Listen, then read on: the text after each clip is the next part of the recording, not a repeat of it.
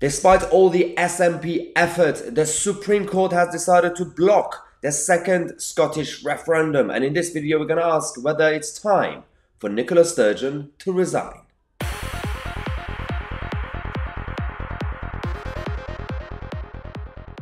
Hello everybody, welcome to the UK's most watched political show on the internet. We will be your voice, we will be your advocate, and we will stand up to the establishment, from the left-wing nutters to the globalist elite.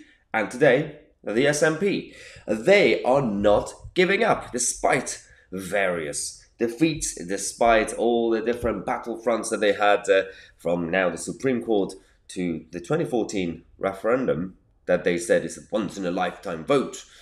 But clearly that wasn't true. And even now, they are not giving up. This is quite interesting, because if the consensus was that basically the whole of Scotland wanted to leave, I can assure you Scotland would have left by now.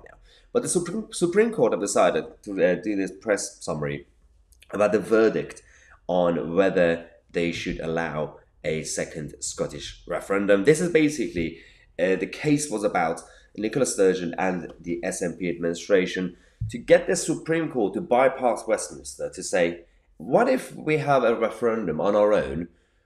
Could you just rule it legal? Could we just leave without telling the Westminster government and the rest of the British population? The Supreme Court said, well, that's just a bit weird, so no, you can't do it.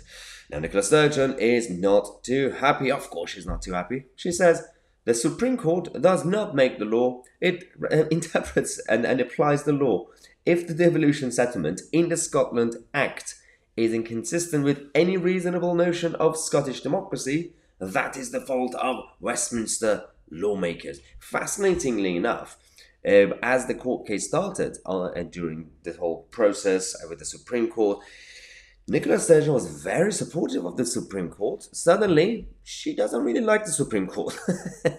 She says, a law that doesn't allow Scotland to choose our own future without Westminster consent exposes as myth any notion of the UK as a voluntary partnership and makes the case for independence. Scottish democracy will not be denied. Today's ruling blocks one route to Scotland's voice being heard on independence, but in a democracy, our voice cannot and will not be silenced. I'm pretty sure your voice wasn't silenced, considering you just had a referendum a few years ago. I'm pretty sure you guys said it's a once-in-a-generation vote, or whatever they said, right? I'm pretty sure. You started fighting back the next day when you lost the referendum. When are these people going to accept the results and the will of the people? They don't actually understand how democracy works. Some people just simply want to use electoral systems to get their own goal.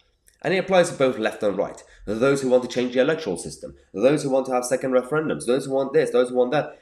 It's not in the name of democracy. It's simply because, well, I can't win this way. How can I win? Let's change the whole game. That's the whole point. And it applies to all sides.